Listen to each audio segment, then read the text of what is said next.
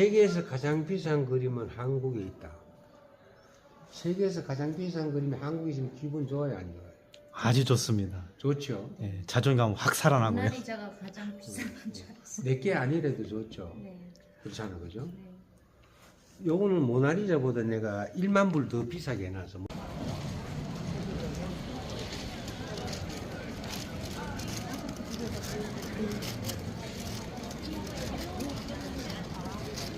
저거 저기가 그거지.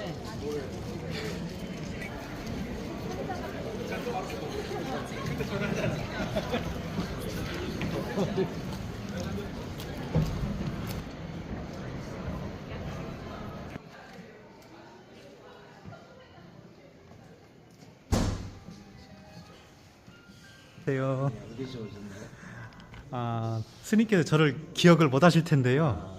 저는 스님을 그냥 오매불망 뵙고 싶었었어요. 그랬어요? 예. 엊그제도 왔는데 예, 예. 기회를 놓쳤고요. 벌써 한 10년 전인가요? 제가 스님 화천에서 뵀었어요. 화천에 어떤 그 전시를 하셨었나? 그때 화천예술관을 짓느라 파라오에 아. 10년 조금 넘은 그렇죠. 것 같아요. 근데 진행은 미술관이 이제 스위스 다비데라는 사람이 설계를 하고 아주 미술관이 멋지게 그 설계가 나왔죠. 야, 설계까지 끝냈습니까? 예산도 다 떨어졌어요. 떨어지고 했는데 그 위치는 어디쯤에? 파라호에 배를 타고 쫙 건너. 뒤에 지금 작품이 100만 동자인가 10만 몇만 100만 100만 동자요? 그럼 동자 그림이 실제 100만 개가 있는 겁니까? 100만이죠. 100만. 이야, 이게 지금 제가 머리가 쭈삣 솟고 머리가 쭈삣 솟는 이거 지나는 느낌 있지 않습니까? 10년 전에 내가 이제 10만 동자를 그렸어. 아, 예. 그때 그랬는데 본 것 같아. 예. 이 동자성이 뭐 10만, 100만 이렇게 숫자가 부여되는 것은 특별한 의미가 있을 적에 그저 숫자를 이제 그 적용을 시키죠. 이 100만 동자는 이명박 정권 초기에 그때 100만 그 촛불 집회 같은 거 하고 예. 있지 않습니까? 그때 당시에 전 세계가 중동이 뭐 할 것 없이 뭐 전쟁이 일어나고 많이 그 혼란스럽고 또 무관 생명들이 막 그런 어떤 아무런 그 저 뭐야 이유 없이 예. 생명이 파괴되고 죽임당하고 이런 것들을 내가 이제 목격을 하면서 왜 이 세상이 이런 슬픈 풍경을 만들어내는가? 우리가 늘 세계 평화를 외치고 인류 행복을 이야기를 하지만 세계 구석구석에 이렇게 일어나는 일들은 참 처참하고 예. 우리 인간의 입장에서 이렇게 볼 적에 너무 마음이 아프고 지금도 진행 중이에요. 그렇지 지금도 뭐 이런 중동에 뭐, 또 예. 전쟁이 일어나고 하지 않습니까? 그래서 그때에 내가 이렇게 산에 혼자 이렇게 수영하고 그림 그리고 이렇게 살면서 그 풍경들을 보면 가슴이 너무나 답답하고 아프기도 하고 그렇죠. 예. 그래서 100만의 생명을 그리면서 그 생명 하나하나에 기도하는 마음으로 그 생명의 자유와 아름다움을 담아내 가지고 참으로 이 세상이 좀 맑고 평화로워지면 좋겠다. 인류가 행복해지면 좋겠다 하는 생각으로 그러려면 이 세계 지도자의 정신 세계를 사유세계를 바꾸어 봐야겠다. 이런 생각을 하게 돼 가지고 내 기도의 힘으로 그 세계를 지도하는 이 지도자들의 생각을 좀 바꿔놓자. 그런 마음으로 이제 시작한 게 100만 도입니다. 그러면요, 스님, 제가 아까 잠깐 말씀 나누다가 끊어졌는데요. 그럼 파라오의 스님께서 그 스님 미술관을 처음에 이제 그 지자체장이 제안을 해서 그 설계까지 나오고 기획안이 다 되어 있을 적에 그때도 그런 의미가 있는 미술관이었나요? 당연하죠. 그때 이제 파라오에 이제 그 미술관이 생기게 되면은 그 옆에 이제 공연장이 500석 공연장을 함께 설계를 했었어요. 전체가 몇 평 정도 되는데? 2,000평. 2,000평 대지에 호수가 파라오가 쫙 그치 파라오가 나오죠. 끼면 뭐 몇만 평 풍경을 품고 있는 거네요. 그렇죠, 그렇죠. 그 이제 사람들이 발길이 좀 끊어져 있고 그 미술관을 가려면 배를 타야 돼. 예, 예. 배를 타고 이제 미술관까지 가는데 한 20분 정도 걸려요. 아, 좋네요. 지금 남이섬 같은 경우 예를 들면 그죠? 그러니까 예. 내가 이제 생각해도 20분 동안 배를 타고 오면서 그렇죠. 그 세상에서 지친 그 영혼들이 배를 타고 오면서 그 좋은 풍경을 바라다보고 이렇게 가면서 이렇게 자기 삶을 이렇게 생각을 하고 되돌아보는 그런 계기가 될 수가 있거든요. 그렇죠. 그렇게 해서 가는데 미술관이 딱 나타나서 그리고 들어가서 그림을 보면서 좀 고요하게 삶을 되돌아볼 수 있고 또 그림을 또 마주해서 뭐랄까 평소에 우리가 갖지 못했던 생각들을 또 하게끔 할 수 있고 그래서 이제 어떤 그게 이제 그 로드맵을 우리가 그 했냐면 미술관을 중심으로 해서 평화의 댐, 야. 평화의 종이 있거든요. 그렇죠. 예. 거기는 이제 전쟁을 하면서 그 막 총알 이런 거 파편을 주워 가지고 전 세계에 파편을 주워 가지고 총을 만들었거든.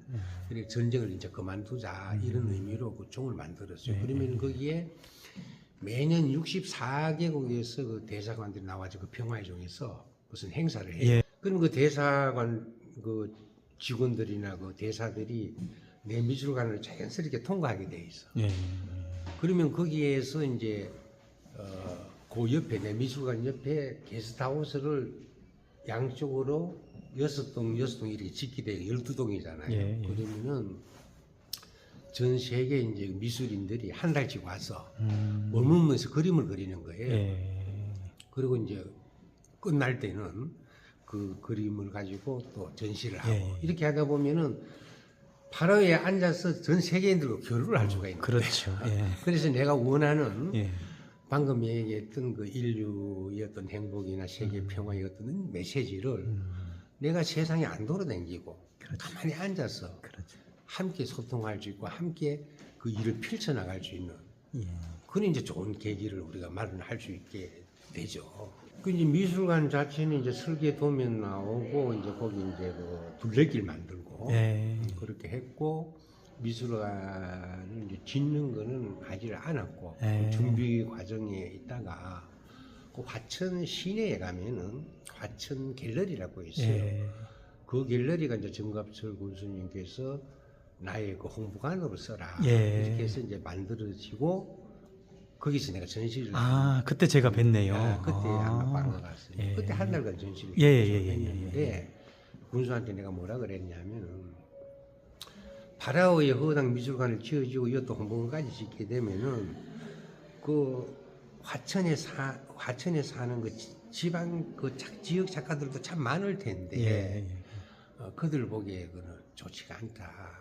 경배심이 맞지도 않고 그러면 이 홍보관은 그 화천 갤리리로 이름을 바꿔서 화천 주변에 사는 그 지역 작가들 전시 공간으로 사용해라고 내가 돌려줘 버렸죠. 예. 뭐 잘한 것 같고 그거는 그건 지금도 잘하신 그건 운영되고 있습니다. 예, 그건 잘하신 것 같은데 그 파라오의 미술관은 너무 아깝네요. 뭐 아까울 거 없어요. 아까울 게 없는 게 물론 그렇게 되면은 네. 뭐 여러 가지 뭐 좀 좋은 일이 충분히 있을 수가 있죠. 예. 내가 개인적으로 보면 나는 너무 잘 됐다고 생각해. 오히려 이번에 이 급의 풍경도 그렇습니까? 그러면 아유 이제 화천 이야기는 이제 할 수가 요쯤에서 하고요. 예. 이야, 그럼 이번에 제가 지금 백만동자 그 작품 옆에 스님하고 있는데 이번에 백만동자 스님의 그동안 작업하시던 작품은 이 어마어마한 작품 한 점만 가져오셨고 인사동을 그 무슨 뭐 인사동 축제하는 것 마냥 프랭카드 가지고 독특하게 걸렸어요. 어디 뭐 저기 그 세계 문화 축제 뭐 이런 거 마냥 인사동 축제 마냥 현수막이 아주 예쁘게 걸려 있던데 그 내용이 뭐였었죠? 급의 풍경. 겁외 풍경. 급의 풍경이라는 말은 그걸 잠깐 저기 작품 앞에서 한번 볼까요? 예. 작품 앞에 갔어요. 예예예. 예, 예예예. 예, 스님. 예. 여기 보면 허당 예. 초실조나 급의 풍경 이렇게 해놨는데 예. 사람들이 허당도 이게 뭔가 싶고 예. 초실조나도 뭔가 싶고 예. 급의 풍경도 뭔가 그렇습니다. 아 저부터도 그래서 지금 그 단어 하나하나 질문들이 많이 있습니다. 많이 예, 예. 있는데 허허당은 비고빈집이라는 뜻이에요. 예. 비고빈집. 아, 비고빈집. 예, 예, 예. 비고빈집. 그러니까 내가 이제 거의 한 뭐 83년이면 꽤 오래된 시간이죠. 예, 예, 그렇네. 예. 40년 정도, 41년. 예, 예. 40년 가까이 되는 예, 거. 예. 그때 지리산 벽송사에서 이제 참선을 할 때인데 그때는 그 나이에는 빨리 깨달아야겠다는 생각 할 생각밖에 없었어요. 무조건 깨달고 보자. 도대체 부처가 뭘 깨달았는데? 그 내가 부처님이 말씀하신 84,000 법문 갖고 내가 만족할 수가 없었어. 그 언어를 통해서 내가 아는 건 제대로 아는 것이 아니다. 바로 부처가 깨달은 자리, 부처가 깨달았던 그 느낌, 부처와 똑같은 마음자리에 내가 가지 않고니까 아무 소용없다는 생각을 하고, 부처가 육령 고행하면서 깨달았던 그것을 내가 몸소 체험하고 싶어서 정말 아주 처절하게 공부를 했죠. 깨달고 보자. 그런데 이제 우리가 선바에서 이제 참선을 하면 한철 3개월 이렇게 앉았다가 또 일어나서 해제하고 또 나중에 뭐 동안거 뭐 다한거 해가지고 또 한철 또 3개월 하고 일어나고 이렇게 하거든. 그렇게 해갖고는 안 되겠다. 불을 지필 때 확 지피가 태워야지 뭐 지피다 말다 이거는 그냥 윤회하는 거와 똑같은 생각이 들어요. 그래서 안 되겠다. 그래서 스님들 다 떠나고 혼자 계속 밀고 들어갔죠. 그렇게 하다 보니까 정말 무의무리하지만 무라는 그 생각조차도 없고 뭐 있다 없다라는 게 아무 의미고 그저 한 상태에 내가 이제 완전히 그러니까 내 존재 그 자체가 고요함으로 가득해지더라고. 거기까지 가셨네요. 예. 그랬더니만 그때 문득 내가 이제 깨달은 게 뭐냐 하면은 진리는 찾고자 찾아지는 그 어떤 것이 아니라 마음을 기우는 내 마음의 산임의 물길이 잊어버리면 이 세상 일체 만물이 이것이 진리다 하고 내 가슴 속으로 스며든다. 품어진다. 그러니까 찾을 게 없어요. 그냥 있는 것들이 이미 다 그들의 진리의 모습을 온전히 갖추고 있는데 내가 그걸 보지 못했던 거야. 내가 보는 눈이 없었던 거야. 무슨 말인가 하면은 깨달음이 부처님도 마찬가지야. 깨달음이 여기 있고 저기 있고 해서 뭐 특별한 어떤 깨달음을 부처가 깨달은 게 아니라 부처가 깨달은 것도 육령 고행을 하다가 새벽별이 떨어지는 걸 보고 하고 이렇게 깨달았었잖아요. 그건 뭐냐면은 내 안에 지극히 사무치는 마음, 쩔쩔한 마음, 깨닫고자 하는 마음, 그 간절한 마음이 가득 차버리면은 그 다음에는 내가 할 일이 없어. 내가 깨달아야 할 일이 없어. 별이 딱 떨어지는 순간에 하고 개합을 해버리는 거지. 근데 내가 깨달는다는 말이 있을 수가 없어. 그냥 동시에 깨달아. 우주가 전체가 깨달는 거예요. 그래서 그걸 느끼면서 이제 내가 무슨 생각을 했냐면은 비고 빈집 내 안에서 생긴 이름이죠. 텅 빈 상태로 이제 살면 되겠다. 그래서 생긴 이름이 허허당. 이제 허허당은 이제 그렇게 해서 생긴 이름이고 이제 초실존하는 우리 인간의 인식의 한계를 벗어난 세계. 그러니까 지구가 탄생하기 이전의 세계. 또 지구가 소멸한 이후의 세계. 그러니까 인간이라는 어떤 그런 어떤 그 생명체가 갖고 있는 세계를 벗어난 우주 만물의 생명 그 자체의 근원적인 세계. 그 세계를 제가 이름하여 초실존하라고 했었습니다. 그러니까 인간의 눈으로 보고 인간의 감각으로 지각하고 인식하고 하는 이 세계에 머물지 않고 생명 그 자체가 온갖 생명을 서로 반응하면서 느끼는 세계라 그럴까? 거기에 이제 초점을 맞춘 것이 초실존화라고 그렇게 합니다. 요거는 이제 그리고 참 초실존화 급의 풍경이라는데 급의 풍경은 방금 내가 얘기했듯이 그 모든 인식의 한계를 넘어선 세계라 그러는데 이건 쉽게 말하면 세월 밖의 세계라고 보면 됩니다. 세월 밖의 이야기를 담았다라고 보면 됩니다. 세월이라는 것은 사실은 우리가 세월이 간다 온다 하지만 세월은 가고 오는 것이 아니에요. 항상 그대로 있어요. 그리고 내가 세월 밖이라 했지만 세월이 무슨 밖이 있고 안이 있겠습니까? 안도 밖도 없어요.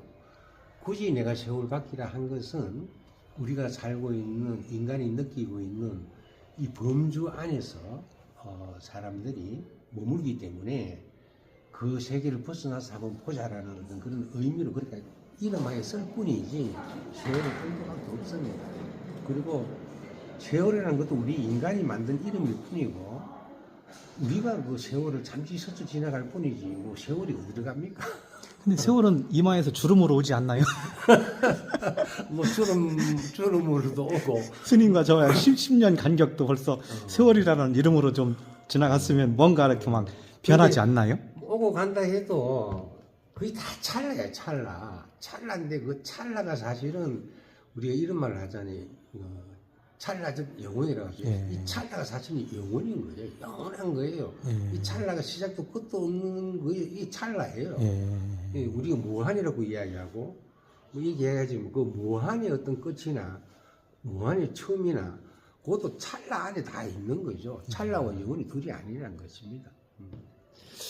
그 스님 작품이 아주 그 인사동에 오셨기 때문에 많은 작가들이나 이제 지망생들도 그렇고 관람객들이 이제 그림을 굉장히 좋아하기도 하고 또 나름 전문가들이 와서 좀 볼 거 아니에요 작품을.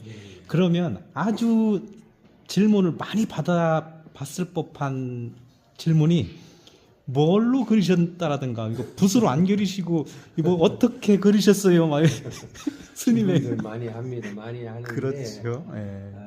사실은 이게 급의 풍경이 이건 30년 전에 내가 새 작품을 했어요. 예. 30년 전에. 네, 30년 전에 이 작품을 새 작품을 했는데 이 벌써 작품은 캠퍼스에 붓이 닿지 않습니다. 캠퍼스에 붓 없는 그림. 붓이 닿지 않고 닿지 않고. 네, 붓을 이렇게 이제 물감을 묻혀서 서서 이제 뿌리고 흘리고 흔들고 그리고 바람, 빛, 이 자연의 어떤 그 여러 가지 그 에너지를 함께 그 작용해서 이제 이 그림을 완성해 나가는데 그 순간들이 굉장히 신비롭고 재미있습니다. 예. 재미있고 또 이런 작품 잠깐 예, 제가 유심히 봤습니다. 먼저 봤습니다. 이제 빛의 노래라고 내가 이제 이렇게 했는데 이런 작품은 내가 그린 그림이 아니고 빛이 그린 그림이에요. 빛. 그러니까 이제 캠퍼스에 어느 정도 물감을 이렇게 이제 내가 올려놓으면 이렇게 흘려놓고 뿌려놓고 이렇게 해놓고는 하루 일조량을 생각하는 거지. 아침 저녁 이렇게 빛의 강도와 빛이 어떻게 작용하는지 잘 관찰을 했다가 딱 내 느낌 왔을 때 이 캠퍼스 들고 거기다 마당에 가서 빛이 쪄오는 거예요. 쪄오면 빛이 이렇게 갈라지면서 이 모양을 만들어냅니다. 그렇게 해서 이제 그려지는 게 수십 번 왔다 갔다 해야 돼. 뭐 태양이 그린 그림이네요. 어떻게 보면 태양이 그렇죠? 빛이 그린 그림이네요. 빛과 나의 감각이 서로 그렇죠. 소통을 하면서 하나의 그 작품을 만들어낸 거죠. 그렇죠. 이런 그림 그리고 나면은 굉장히 통쾌하고 기분이 좋아서 마당에서 덤블링을 한번 합니다. 이렇게 딱 뒤집어지는 거 있잖아요. 너무 좋으니까. 혼자. 욕도 한 번 자고 아이씨 왜 이리 좋노 그러고 막. 그러니까 제가 저기 작품 볼 적에 여기 나오는 작품이 최고의 작품이. 오, 그렇습니다. 그렇게 해서 이제 그럼 뭐 그러면 이왕 저기 스님 큰 저기 비밀 하나 오픈한 김에 작품 하나 더. 요번에 이제 하와이 항공에서 찍은 것 같기도 하고. 요거는 이제 석가모니 산책길이라고 해서 내가 요즘 우리 그 옛날에는 번지를 썼잖아. 몇 번지 몇 예, 번지 예, 썼는데 예, 예. 우리나라 주소가 이제 산책로로 바뀌었잖아. 예, 로로. 예. 그래도 석가모니도 산책길을 내가 하나 만들어주고 싶어서 예. 석가모니가 또 내한테 준 영향이 많으니까 예. 여기에 사람들 이름이 있는 것은 다 그 은혜에 보온하는 차원에서 보온, 예. 은혜를 갚는 의미에서 내가 그림을 그린 건데 실제로 보면은 우리가 알고 모르고 이런 걸 떠나가지고 내가 사람을 직접 알고 모르고 이걸 떠나가지고 끊임없이 우리는 모든 걸로부터 도움받고 살아요. 예. 은혜를 잊고 살아요. 예, 우리가 예, 그걸 그렇죠. 몰라서 그러지. 예. 은혜를 잊고 사는데 그 중에도 특히 많은 어떤 영향을 내가 받은 사람들을 그 좀 이렇게 헌정작으로 이름을 붙여서 석가모니한테는 도설촌로를 내가 헌정을 한 겁니다. 예. 석가모니 부처님이 이성에 오기 전에 예. 도설촌에 계셨을 텐데 그때 그 산책로는 이렇게 아름다운 산책로였을 것이다 하고 내가 이제 이렇게 그렸고 그리고 번지수를 안 쓰고 요즘 우리가 쓰는 노자를 붙여가 도설촌로라고 예. 이렇게 그러면 다른 거 하나는 좀 볼까요? 다른 건 누구한테 헌정을 하셨나요? 요거는 이제 햇새 예. 햇새의 산책로인데 아. 햇새는 나의 그 15, 16 요런 나이에 햇새가 영향을 많이 받았죠. 뭐 데미안이나 시와 사당이나 햇새 작품들이 좋잖아요. 그때 어린 그 소년의 마음에는 햇새는 나한테 등불이었죠. 등불이었고 또 끝없이 나를 설레게 했고 햇새의 작품이 보면은 데미안에 보면은 뭐 설정을 잘 해놨지 않습니까? 싱클레어와 그 데미안이 같이 이렇게 같이 이제 친구를 이렇게 하면서도 인생의 어떤 그 모든 그 삶의 이야기를 녹여가지고 그 이야기를 풀어나가거든요. 이거 말할 수 없는 그 많은 그 나의 그래서 그분들을 나의 영적인 친구이자 뭐 스승이라고 생각하고 그분들과 늘 소통을 하죠. 그럼 이번 전시가 그런 분들에 대한 헌정작이기도 한 거죠, 제목에서. 일부는 예, 그런 일부. 헌정적인 그 작품들이 많이 있습니다. 있고 나머지는 생명의 근원, 예, 우주의 근원, 예. 우리 인간의 입장에서만 이야기하는 것이 아니라 온갖 생명들이 함께 공유할 수 있고 함께 느낄 수 있는 뭐 초자연 뭐라고 이름해도 상관이 없겠지만 예, 예. 생명 그 자체의 온전함을 통해서 보는 세계 뭐 그런 것을 표현하고 싶었고 좋잖아요. 나는 내 작품을 좋다고 이야기를 아유, 하거든. 예, 예. 왜냐하면 내가 이런 그림을 그리기 전에 피카소나 뭐 고흐나 뭐 살아있는 모든 그 당시에 살아있고 유명했던 그 작가들 생가들이 다 가가지고 내가 연구를 다 하고 조사를 다 했어요. 피카소는 왜 이렇게 그림을 그렸지? 고흐는 왜 이렇게 그림을 그렸지? 이 사람의 사회, 이 사람의 삶의 내용은 뭐지? 이런 그들의 삶을 아주 깊게 밀도 있게 내가 한번 이렇게 살펴보고 연구를 해보니까 답이 다 나와. 해보면 예. 나와. 이런 말을 해도 될지 모르겠지만 피카소 작품은요 내 그림하고는 비교가 안 됩니다. 택도 없습니다. 하셔도 됩니다. 그게 뭐 그러니까. 그것이 별거 아니에요. 예, 예, 예. 이야기 좀 예. 솔직히 해드릴까요? 그럼요. 이 평론가들이라는 걸 나는 도대체 뭐 하는 사람들이 모르겠어. 피카소 그림의 평론을 보면 미사유가 얼마나 많습니까? 그 아무것도 아니에요. 내가 보는 피카소의 그림은 피카소가 솔직한 건 그 위대성입니다. 굉장히 그 솔직한 사람이에요. 얼마만큼 솔직한 사람이냐면 피카소가 살아생 전에 애인이 12명이나 됐다고 하네요. 그 사람은 아주 세상을 즐겁게 좀 즐기고 놀 줄 알았던 사람이죠. 그런데 그 노는 방식이 내가 논다는 거하고는 차원이 달라. 좀 속물적인 예. 그 노는 거. 내가 논다는 것은 그것이 아니라 존재 그 자체를 노는 거. 근데 피카소는 대상, 그러니까 여인과 더불어서 또는 친구도 더불어 이렇게 노는 건데 피카소가 이렇게 이 여자하고 좀 놀까 요 여자가 지랄을 하니까 성질을 나잖아. 그러니까 눈도 하나 파버리고 저태일이 이렇게 그렇습니까? 비틀어 놔버리고 엉덩이도 비틀어 버리고 그런 그림들이 많잖아. 그걸 가지고 뭐 입체적이니 뭐니 이렇게 얘기하는데 물론 그 당시에 그 전에는 뭐 다 뭐 귀족들 뭐 이렇게 우리가 사진 찍듯이 이렇게 찍는 그런 범위를 못 벗어나고 그냥 그 화가들이 기록적인 그렇죠. 그런 예. 그림을 그리는데 피카소나 이 시대에 와가지고 비로소 자기 얘기를 하는 개인의 얘기를 자기 삶을 얘기하는 이제 참 위대하고 중요한 어떤 순간들이었어요. 그러나 피카소는 뭐 그냥 저는 그렇게 생각해요. 그 사람의 정직성, 솔직함이 나는 위대한 거지. 그림은 별거 아닙니다. 별거 아니고 오히려 인정합니다. 저는.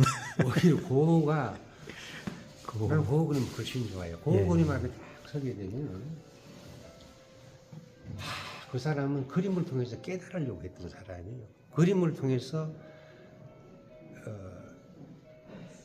온갖 권한에 가다하려고 했던 사람.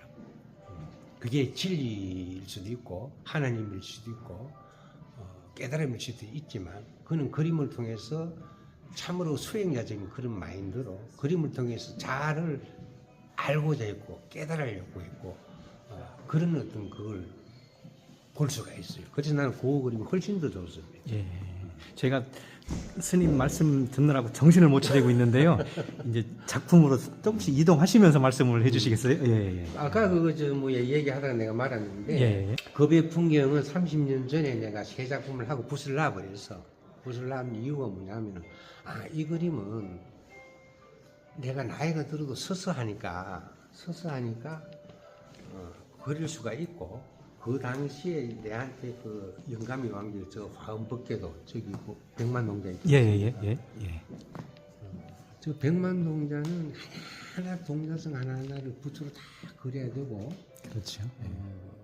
또 저 나무 가지 사이 아주 밀도가 깊고 치밀하고 저거는 아주 섬세합니다. 그래서 저 그림을 음악으로 말할 것 같으면 그 오케스트라 어떤 클래식에 예. 비유할 수가 있겠죠. 근데 이제 급의 풍경은 음악으로 말하면 재즈, 블루스 같은 그런 느낌입니다. 예. 그래서 이 그림은 이쪽으로 이쪽에. 예. 그런 이 표현 그림은 중에. 나이가 들어도 할 수가 있는데 저 그림은 젊어질 때 핏기가 있을 때 안 하면 못해. 그렇죠. 그래 저걸 먼저 해야겠다고 했는데 30년 세월이 흘러버린 거야. 동자에 예. 30년을 같이 했었네요. 예. 그러시다가 지금 이 작업을 다시 30년 전에 아이디어를 만들어 놨던 거를 이제 끄집어낸 이제 끄집어내신 거네요. 끄집어냈는데 잠깐만요. 예. 그래서 이 백만 동자를 그리다가 목 디스크가 이제 온 거지. 늘 이렇게 하고 앉아있으니까 목 디스크 오지.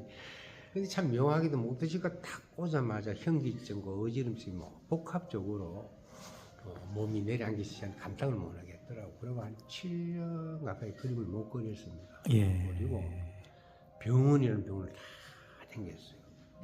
정말 지금 생각하면 좀 우스갯소리지만 산부인과 말고는 다 가봤어요. 산부인과 말고 진짜로. 그래가지고 도저히 안 돼가지고 이제 전주에 있는 어떤 인연에서 소나무 한방병원이라는 곳에 가서 그 원장님이 자가치료법을 가르쳐줬어요. 이렇게. 스스로 예, 치료하는. 스스로. 내가 이제 병원 안 가도 치료할 수 있는 만지고 뭐 이렇게 하는 법을 가르쳐줘서 그것을 계속 하면서 그래야겠다 생각하고 하루 6시간 3년을 걸었어요. 예. 그렇게 걷다가 몸이 좀 회복되고 이렇게 했는데 저기 한가 봅시다. 예.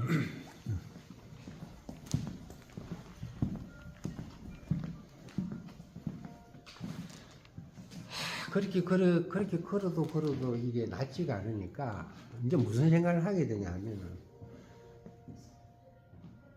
내가 이대로는 못 살겠다. 그런데 내 안에 이 화엄법궤도가 화엄법궤도 아니라 급의 풍경이 30년에 그리는데 안에 잠재어 있던 이 급의 풍경 이건 내가 끄집어내놓고 죽어야 되는데 내가 이대로는 못 죽겠다. 죽는 건 이제 죽고 사는 문제는 우리가 수행을 했기 때문에 별 그게 없는데 내 안에서 이렇게 30년 동안 풍화된 이 급의 풍경은 내가 이 세상에 끄집어내놓고 죽자. 이 생각으로 한국에서 병원 다 가봐도 못 나서는 안 되겠다. 다른 방법을 쓰자 해가지고 시베리아를 생각했어요. 시베리아를 생각했는데 그게 뭐냐면은 시베리아로 가셨다는 얘기입니까 예, 지금? 갔죠. 이제 시베리아를 왜 생각해요? 왜 그날 또 그런 생각이 들더라고. 차라리 이 몸을 한 50 몇 도 되는 데 가서 한번 얼어버리자. 그래가지고 이 세포에 충격을 줘가지고 이게 막 화들짝 놀라가지고 이게 막 바뀌든지 뭐 그거 죽어보든지 세포를 한번 바꿔놔보자. 사람이 너무 그렇게 답답하고 이러니까 그런 생각이 들더라고. 그래가지고 막 비행기표 딱 끊어가지고 블라디보스토크에서 이제 횡단 열차를 탔습니다. 시베리아 횡단 열차를 타고 세포를 바꿔버리려고. 이거 뭐 조직을 완전히 이렇게 한번 전체를 한번 어떻게 리모델링을 한번 하고 싶었어요. 그래가지고 이제 타고 이제 쫙 가는데 참 거기서 나도 모르게 몽롱한 아름다움이라는 언어를 써서 몽롱하게 이렇게 오는 그 풍경이 너무 아름답더라고. 풍경이요. 내가 그렇게 아프지 않으면 그 아름다움을 내가 못 보는 세계였어요. 예. 그 몽롱한 아름다움.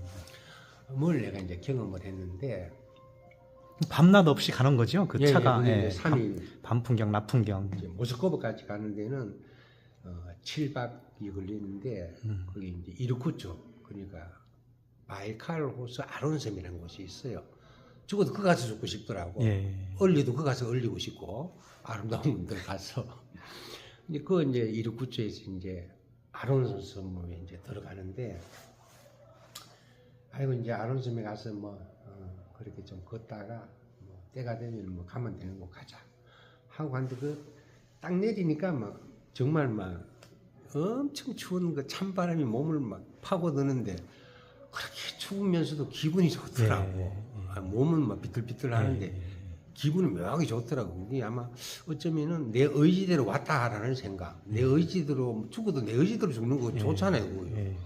그래가지고 이제 그 아론섬에 가려고 그러면은 차에서 내려 배를 타고 그 얼음이 막 얼어 있어요. 그걸 깨면서 세빙스처럼 깨면서 이제 아론섬까지 가는데 그 느낌 좋대요. 하고 느낌이 막 가는데 그게 내 몸 속에서 일어나는 통증이 부서지는 느낌이 드는 거야. 예. 통증이 그것은 이제 내가 느낀 그림인데 깨어 있는 통증이야 이게. 예. 제목이 깨어있는 통증. 통증도 깨어 있다라는 사실을 거기서 내가 느낀 거예요. 너무 아프니까 그 아픔을 통증을 내가 이렇게 바라보는 거예요. 나의 통증을 내가 지켜보는 거예요. 모든 것은 끝이 있지 않습니까? 그 통증이 끝에 딱 서니까 내가 아픈지 뭔지 이게 없어지는 거야. 그냥 있는 거예요. 존재 그 자체로. 그러면서 나도 모르게 신의 눈물이요. 이게 신의 눈물입니다. 예. 아론스님이 첫 발을 딱 내려가지고 내가 그 소리를 했는데 그때 눈이 팍 쏟아졌어. 하염없이 이렇게 쏟아졌는데 아마도 그때는 그 눈과 나 내한테 그렇게 일어나는 통증 이것만 존재하고 아무것도 없는 거야. 근데 그렇게 평온하더라고. 그렇게 해서 이 이제 신의 눈물이 아론섬에서 탄생했고 깨어있는 통증도 이제 그 아론섬에서 탄생을 했고 이처럼 우리 교배 풍경들은 내가 끊임없이 여행을 하면서 여행에서 온 영감들이 대다수입니다. 그런 작품들이 저 뒤로 참 많아요. 그러면 그 뒤로 그 뒤로 작품을 할 수 있을 만큼 회복을 하셨나요? 러시아 여행을 하고 나서? 갔다 와가지고 좀 좋아졌죠. 좋아졌는데 완전히 회복한 건 아니고. 통증은 계속 되지만 생각이 바뀌니까 있었는데 통증을 대하는 이제 옛날 통증하고는 다르지 이제 예, 느낌이. 그 이제 그 통증도 그게 뭐랄까 산을 넘으면은 그 다음에 또 다른 세계가 나오잖아요. 통증도 그 한번 넘고 나니까 만만하고 이제 괜찮더라고. 견딜만 하더라고. 살만 하더라고요. 그래서 통증을 안고 사는데도 애들처럼 그렇게 고통스럽지 않더라고. 스님 저 백만동자 뒤에는 무슨 일이 뭐 또 있습니다. 예. 이게 이제 급의 풍경 조수의 미소라 그랬어요. 세월 바뀌지만 또한 그 세월 바뀌 우리 현실이기도 해요. 아니에요. 예. 겁내나 겁이나 똑같습니다, 사실은. 그러니까 여기 있는 그림들이 세월밖이라 하지만 우리 현실에서 일어나는 모든 세계의 아름다움과 인간의 삶의 희도, 애락도 이거 다 담겨져 있는 거죠. 근데 이거는 조조선사는 그 당나라 시대 아주 유명한 그 선사인데 이분은 참 그 독특해요. 그 이제 선문답을 해도 아주 부드럽고 아주 편안하고 뭐 어떤 사람들은 뭐 방망이 이런 것도 치고 막 이렇게 하지 않습니까? 충격을 통해 가지고 깨치게 하는데 이 사람은 아주 고요한 사람이에요. 그 누가 이제 뭐 스님 진리란 무엇입니까? 뭐 인도에서 이제 서쪽으로 부처가 이렇게 온 뜻은 무엇입니까? 이렇게 묻고 하지 않습니까? 그러면은 뜰 앞에 잣나무니라 이제 이렇게 제가 그 말씀을 드리려고 그랬어요. 네. 제 땅에 뜰 앞에 잣나무가 있거든요. 뜰 앞에 잣나무니라 또 어떤 또 스님 계획도 불성이 있습니까? 관계는 없다 이래버리고 근데 그거 다 걸리는 거죠. 뜰 앞에 잣나무에 걸리고 부처는 일체 만유 개요불성했는데 모든 것은 이 하물며 돌멩이 이 바닥도 이 허공도 다 불성이 있는데 없다 그러기 환장을 노릇하래요. 그거 다 걸리는 거예요. 근데 조조선사는 그냥 있는 그대로 이야기해요. 그 당시에 뜰 앞에 소나무가 있었으면 뜰 앞에 소나무니라 했을 거 아닙니까? 예. 그럼 무슨 말인가 하면 있는 그대로니라. 존재 그 자체 있는 그대로 진리의 모습이고 온전하느니라. 뭐 이런 얘기겠죠. 그리고 계획에도 불성이 있으면 없다 그러니까 조조는 있다 해도 그만이 없다 해도 똑같아. 편한 대로 얘기했을 뿐이야. 없다 이렇게 해도 똑같고 있다 해도 똑같은데 우리는 없다 하면 없는데 걸리고 있다 하면 있는데 걸리잖아. 그게 이제 화두에 걸려가지고 스님들이 그걸 잡고 30년 40년 공부를 해도 공부가 안 되는 이유가 있어요. 왜냐하면 화두라는 것은 창조적이고 생산적이고 그때 어떤 문답을 통해서 탁 이렇게 생명처럼 이렇게 일어나는 그 화두가 진짜인데 요즘 어디 가서 큰 스님한테 화두를 받잖아. 너는 무자 해라. 너는 뭐 정점백수자 해라. 화두를 툭툭 콩알 던져준단 말입니다. 그놈을 자고 공부를 하는 게 공부가 되나? 지하고 맞는 화두가 아닌데 이런 거 스님 들으면 그거랑 그거 뭐 쓸데없는 소리 하나 가지고 쓸데없는 소리가 아니고 맞는 말이야.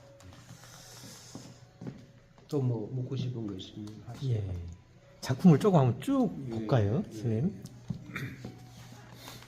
그 스님께서는 지금 그 독특한 색을 주로 쓰신 게 있어요. 지금 이 청색인가요? 내가 쓰는 이제 유화를 쓰면은 이런 느낌이 안 나와요. 펄쩍거리고 그 유화는 기름기가 있어가지고 이렇게 신비로운 색을 쓰기가 좀 매우 좀 어려워요. 예. 근데 이건 이제 혼합 물감을 쓰죠. 아크릴도 있고 외부형 페인트 있지 않습니까? 이런 것도 있고 또 안료 이런 것도 있고 여러 가지 내가 섞어가지고 이제 써줘 섞어가 쓰는데 이것도 아까 얘기했던 것처럼 베토벤의 영감이고 모차르트의 영감입니다. 예. 그분들이 한 세상 살면서 좋은 음악을 만들어 놨기 때문에 우리가 그 음악을 듣고 감동을 받고 또 세상을 보는 눈이 열리고 또 어떤 그 음악을 통해서 또 순간순간 우리의 삶을 또 깨달음도 그 우리가 가질 수 있지 않습니까? 그래서 이분들한테도 참 은혜를 갚아야겠다 해서 베토벤의 영감, 모차르트의 영감 그렇게 된 것이고 이건 이제 사실은 그림이 곧 음악이에요. 음악. 그림을 그리다 보면은 내 안에서 끊임없이 작곡을 하고 리듬을 생산해내고 그 리듬을 타고 내가 노래하고 춤추고 있다는 사실을 알게 되거든요. 참 좋습니다. 그림과 음악이 둘이 아니에요, 사실은. 똑같이 작용을 해요. 예. 자, 그 말씀을 제가 엊그제 저기 전위예술가로 유명하신 손일광 선생님께서 어제 그저께 저기 가평에서 미술관에서 인터뷰하면서 그 말씀을 똑같은 말씀을 들었어요. 그랬어요? 예, 그 백남준 선생님하고 이제 그분하고 우편 편지 왕래를 하셨었는데 백남준 선생님께서 줄 5개인 선 위에는 내 생각을 담아낼 수가 없다. 줄이 100개, 1000개, 10,000개가 돼도 5선지 안에 내 생각을 걸어낼 수가 없다. 언어도 생명이라고 나는 보는데 언어가 생명인데 그러나 우리가 언어로서 담아낼 수 있는 것은 기억이 한정돼 있습니다. 예, 언어라는 것이. 그래서 우리가 언어 도단이라는 말도 나오고 불임 문자라는 말도 나오고 하는데 모든 언어가 끊어지고 모든 학문이 끊어지고 모든 사유가 끊어진 세계에 딱 서게 되면은 아무 말 없이 그냥 느끼고 보고 하는 그대로가 사실은 부처님 사리 덩어리예요. 사리예요. 그게 그 자체가. 나는 이 지구 전체가 사리 덩어리라고. 부처님 몸속에 나오는 그 사리 그거 별거 아니고 이 우주 공간이 그대로 진리의 세계 우주 사리 덩어리입니다. 그게. 그래서 이제 백만동자는 우주는 하나의 큰 생명의 덩어리라는 메시지를 담고 있거든요. 우리는 그런 사실을 깨닫고 살게 되면 세상에 두려울 게 아무것도 없습니다. 뭐 부러워할 것도 아무것도 없고 그냥 순간순간 이대로 순간순간 존재하는 그 자체의 어떤 그 숨결 같은 그런 것들이 자연과 하나로서 온전하기 때문에 뭐 더 바라고 뭐 어쩌고 할 게 없어요. 그냥 놀면 돼. 그때부터 노는 거예요. 이 그림 이것도 사실 허당이라는 한 사람이 노는 세계. 나의 그 전부 이렇게 나의 어떤 그 노래에서 비롯된 어떤 작품이죠. 뭐 대단하다, 뭐 어쩌다 별거 아니에요. 스님의 놀이의 흔적들. 그렇지. 예. 뭐 물론 대단할 수도 있지. 대단할 수도 있는데, 나는 그렇게 생각을 하지 않아요. 그 자체가 대단한 거죠. 예. 나는 그냥 누가 놀았느냐가 중요하지 않습니까? 내가 잘 놀았고. 예. 뭐 그러고 근데 그 사람들은- 스님께서 지금 어디에 계시죠, 스님? 제가 스님 사시는 그 모습이 상상이 안 가고 굉장히 궁금해요. 그 이제 내 사는 곳을 내가 가르쳐 주지를 않아요. 예, 일반 사람들한테. 내가 20년 전에 뭐 SBS에서 뉴스 시간에 영상을 2분짜리 한 만들어 내보냈더니 쓸데없는 사람들이 찾아와. 그러니까 제가 스님 예. 그 인터넷으로 검색을 해봤는데도 그 허당 내가 절대 주소 전화번호를 내가 안 남기지. 왜냐하면 이 TV는 쥐약이에요. 이 우리 예술가들한테는 사람들이 그걸 몰라갖고 막 TV에 나가지고 얼굴 비출락 하지. 그 제대로 알면은 TV하고는 가능한 멀어져야 돼. 멀어져야 돼. 그때 내가 뭐 젊은 나이에 좀 무슨 초대석도 나가고 뭐 영상도 몇 개 찍었어요. 뭐 MBC에서 뭐라고 하던가 뭐 찍고 뭐 몇 개 해봤는데 그거 하면요 괜히 사람들이 와가지고 뭐 허허당 누굽니까 아무 그거 없이 그냥 맹탕 왔다 갔다 하는 게 궁금하니까 그냥. 그래서 그건 어쨌든 스님께서는 지금 지금 작품 하시고 계시는 그런 공간은 공개할 수 없는 공간이고. 하는 거는 괜찮아요. 예, 일단 예, 예. 와서 하는 거는 뭐 사람들이 나를 찾아올 일은 없으니까. 근데 내가 있는 곳은 내가 웬만하면은 안 할래. 내가 사람이 싫어서가 아니라 예, 예. 내가 해야 할 일이 있기 때문에 내가 또 저는 그렇습니다. 시인은 펜을 놓으면은 그 시가 시인 것이 아니에요. 그림도 붓을 놓으면 이건 화가의 것이 아니에요. 이미 세상 거 내 거 하나도 없어요 여기에. 사람들은 내 것을 하면 내 게 어디 있습니까 내게. 나는 단지 그림을 그리는 순간 그림과 나와 대화하고 놀고 그 세계로서 끝난 거예요. 이미 이건 내 것이 아니에요. 돈을 받든 안 받든 아무 상관없이 이건 세상 사람들 것이고 또 내가 가장 중요시 하는 것은 그림 스스로가 생명력을 갖고 세상 밖에 나가서 사람들과 소통을 하면서 내가 원했던 이야기를 그림이 같이 하면서 세상과 공존하기를 바라지 이거 내 것이라고 지고 있을 생각 아무 그런 생각 없어요. 다 나는 이거 세상한테 돌려줄 거예요.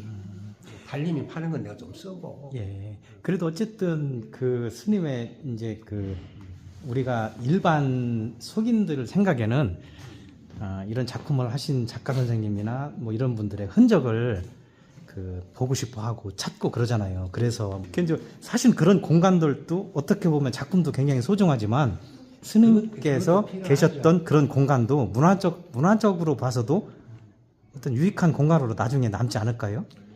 필요하죠. 필요한데 저는 그 인연법을 중요시해요.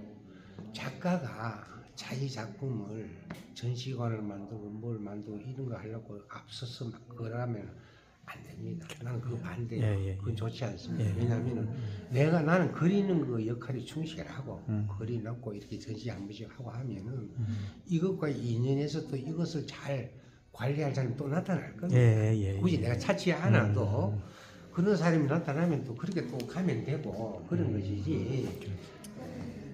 뭐 세상 밖에 내가 살아보니까 자랑할 만한 게 아무것도 없어요. 그러니까 아직도 그 예. 파라호의 예. 그 기획서는 대한민국 어디 해도 유효한 거네요. 유효하죠. 거기가 아니더라도. 그러니까요. 그 말씀을 제가 조금 예, 싶습니다. 거기가 아니더라도 이제 거기에 뜻을 갖고 예, 예. 그런 사람이 나타나면 뭐 그렇게 해서 하라 하고 이건 내가 내줄 용의도 있고 그런 것이지. 그거 내가 아닌데 뭐. 예. 그 제가 오늘 마지막으로 그런 말씀을 꼭 이제 스님께 허락을 받아야 될 것 같아서 아, 그래요? 적어도 아니 그걸 가로채서 많은 사람들한테 좋은 그래요? 공간을 만들 그런 능력 있는 사람이 좀 그러면 잘 쓰면 그죠? 그건 스님께서 허락하실 수 있잖아요, 그죠? 가르쳐도 예, 되고. 그러면 그래 내가 이제 요거 하나 예, 하나, 예, 예. 두 개만 더 예, 예, 예, 설명하고 예, 마무리할게요. 예. 요거 한번 보세요. 예.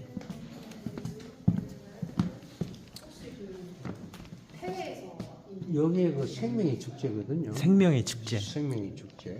이 급의 풍경을 그릴 적에는 자연을 그 배겨가는 것이 아니고 전체를 수용하는 겁니다. 이 화면에 보면 낙엽이 위에 떨어져 있잖아요. 예. 낙엽을 끄집어 버리는 것이 아니라 품어버려요. 여기 자세히 예, 예, 예. 낙엽이 있죠. 품는 겁니다. 이런 거 다 이렇게 이제 떨어진 낙엽들을 그대로 품고 그리고 눈이 오면은 눈을 피하는 게 눈을 맞아요. 캠퍼스에 맞추고 비가 오면 비도 맞추는 거예요.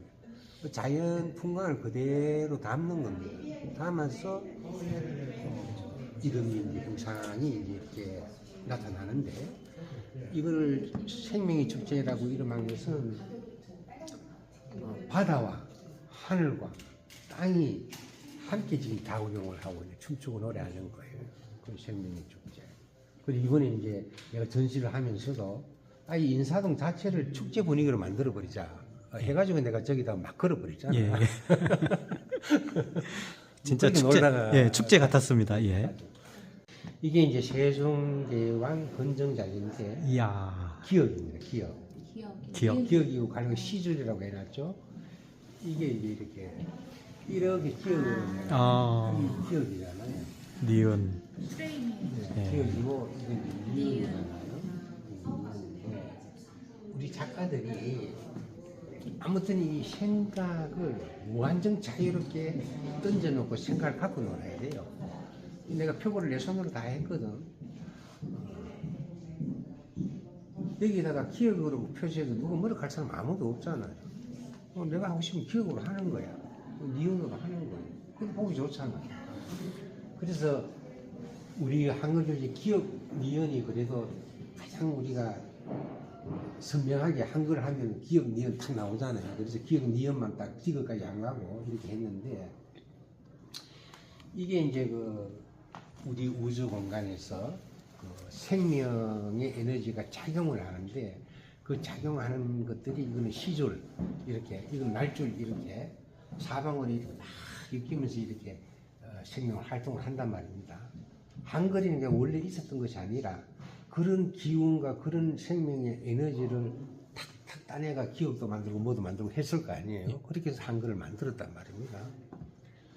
그 내가 태어나서 눈을 떠보니까 세상이 있었고 이미 눈을 떠보니까 사람들이 말을 하고 있었고 그래서 나는 그걸 그냥 보고 배우고 이렇게 해서 이렇게 성장을 했지 않습니까? 했는데 모든 것이 보면 은혜롭지.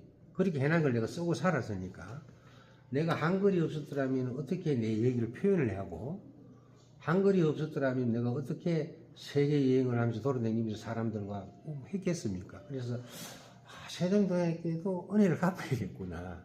이것도 이제 봉헌의 의미가 담겨져 있습니다. 기억, 미영, 세종대왕에게 바치는 그림이고 여기 줄기세포. 인간에게만 줄기세포가 있는 것이 아니라 모든 생명체에는 줄기세포가 있을 것 아닙니까? 그 생명이 태어나기 이전의 세계를 또 우리가 생각을 해봐야지. 내가 하나의 형상으로서 생명이 아닌 무형상의 생명, 이 허공도 생명이라는 것이 나는 이 허공도 생명이다. 우적 하나의 큰 생명의 덩어리다.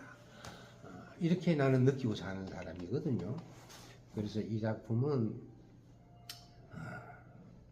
오래오래 좀 우리 좀 보관이 돼가지고 우리 후손들에게도 좀 설명을 누가 내 아닌 다른 어떤 사람들도 잘해서 그 고마움을 알고 살게끔 했으면 좋겠어요. 그 많은 세계적인 많은 분들 중에 우리나라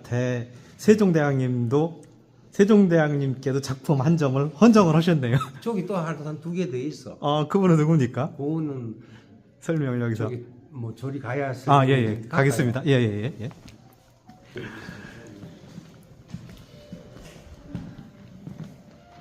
야, 이리 와보시죠. 여긴 또, 이리 와보시죠. 또 전혀 색다르네요. 좀. 시장 같아요. 예.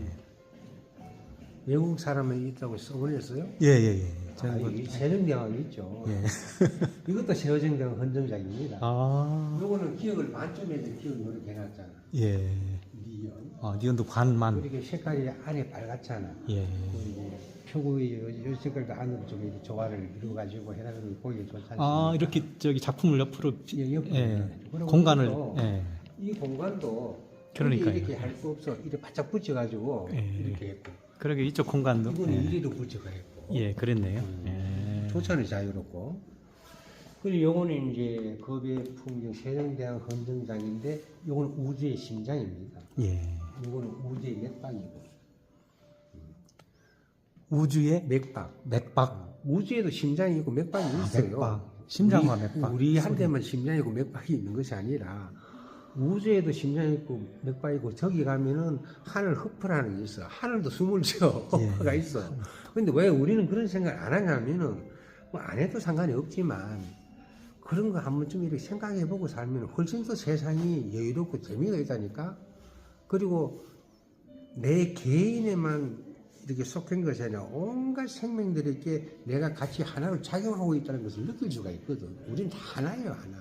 다 그냥 우리 몸속에 60조 세포가 있다 그러잖아요. 뭐 헤아려 보면 이거 어떻게 이거 해보해도 다시 헤아릴 수가 없잖아. 그렇지만 그렇게 60조 개가 내 몸에 살고 있단 말이에요. 그 세포 하나하나가 인격체요. 세포 하나하나가 또한 생명체야. 그게 어우러져서 내 몸이 작동하고 있잖아. 그러면 우리 인류가 60억 조금 넘어. 그럼 60억 조금 넘으면은 이 한 사람 한 사람이 그 한 몸이 세포라고 봐봐.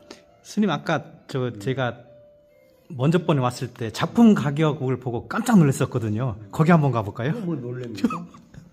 지금 이야기 듣다 보니까 그래서 작품 가격이 만들어진 거네요.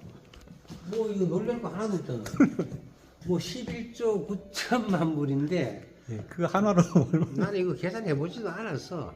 11조 11조 9천만 불인데 9천만 불. 수학하는 사람한테 이거 얼마냐 계산해봐라 그랬더니 뭐 1경 몇 조가 된다 그러더면 우리나라 돈으로 1경 몇 조 된다 그러는데 뭐 그게 많은 돈입니까? 스님한테는 필요 없어도 저한테는 조금은 필요. 많은 돈입니까? 조금만 있었으면 좋겠네. 이거는 왜 이렇게 했냐면은 세계에서 가장 비싼 그림은 한국에 있다. 세계에서 가장 비싼 그림이 한국에 있으면 기분 좋아요, 안 좋아요? 아주 좋습니다. 좋죠. 예, 자존감 확 살아나고요. 모나리자가 가장 비싼 건 줄 알았어요. 내게 아니래도 좋죠. 네. 그렇잖아, 그죠? 네. 요거는 모나리자보다 내가 1만 불 더 비싸게 해놨어. 모나리자가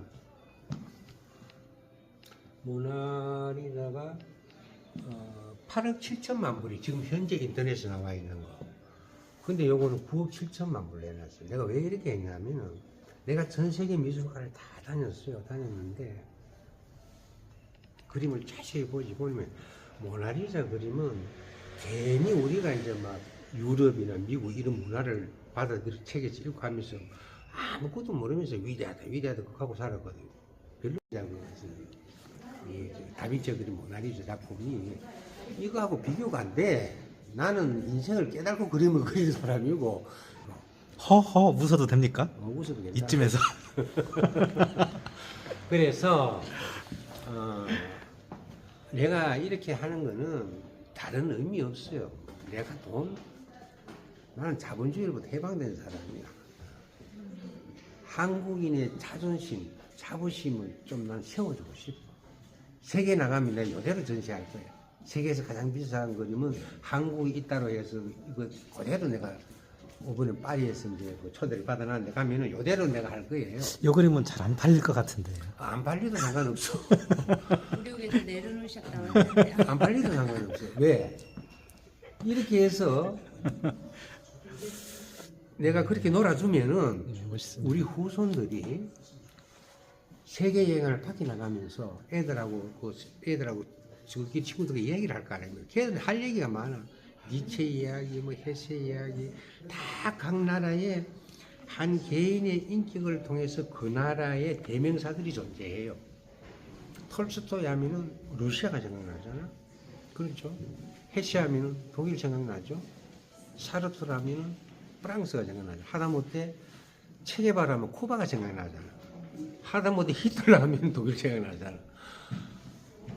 어디를 가봐도 그 나라마다 그 한 사람의 이름을 통해서 그 나라가 생각나는 대명사가 있단 말입니다. 우리나라는요, 내가 밖에 나가보니 세종대왕 아무도 몰라요.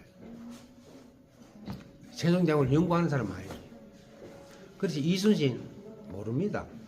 그래서 내가 열받아가지고, 야, 이놈들아, 그럼 누구 성철 스님 아냐, 그럼 더 몰라요.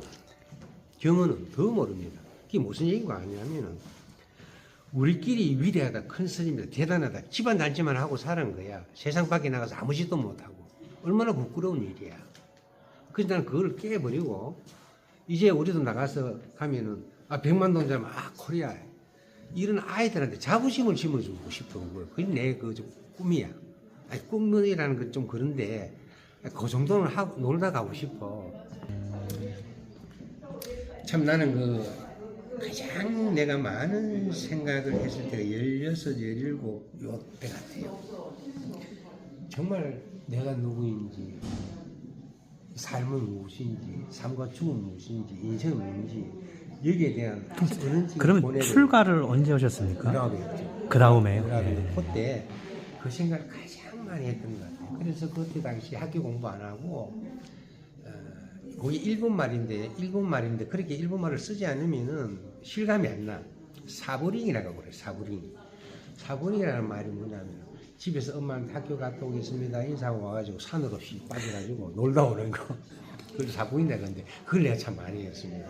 그래서 산에 가가지고 앉아서 혼자 누가 가르쳐준 건데 이 참이 뭐고 이게 이런 생각을 이 삶이란 도대체 뭐고 내가 걷는 게 뭐고 이러면서 아무튼 그런 그 생명의 근원의 그 작동 작용 뭐 이런 우주의 근원 뭐 이런 생각들 뭐 깊이 빠졌어요. 그래 답을 찾아도 답이 없어. 그래야 막 무뚝대고 책을 보는 거예요. 그때 내가 서양 철학들을 싹 다 읽었습니다.